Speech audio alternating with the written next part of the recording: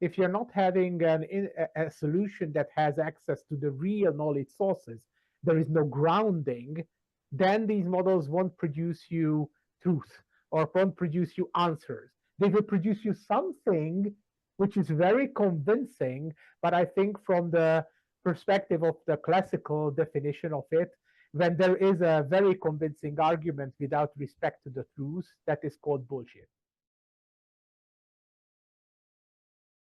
All of human communication consists of 93% nonverbal and only 77% verbal communication. So even if a large language model had the same capabilities of a human, even then we would only utilize the 7%. Humans, by design, are terrible at providing context.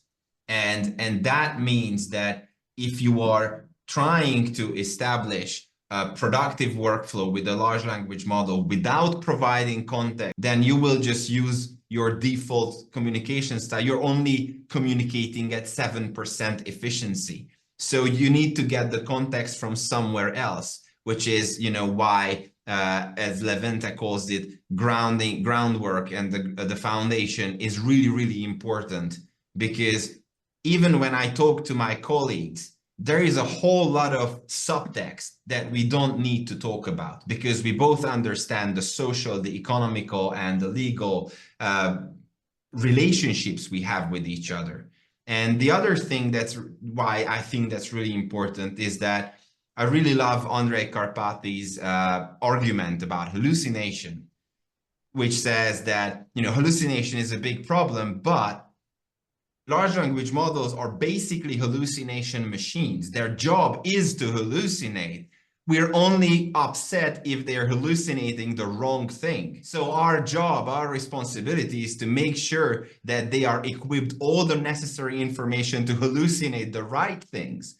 And I think that's why the key is concept. I think we got to the point, even with GPT 3.5, back then was already capable of solving most business problems, but we were not lacking in that department. We were lacking at the context department.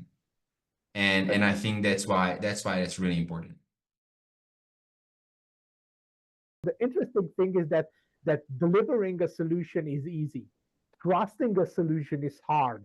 And you need a lot of methodological expertise, that's like how you trust your AI, actually how you do an audit procedure that you ensure that under boundary conditions, the behavior is sticking to what you define to.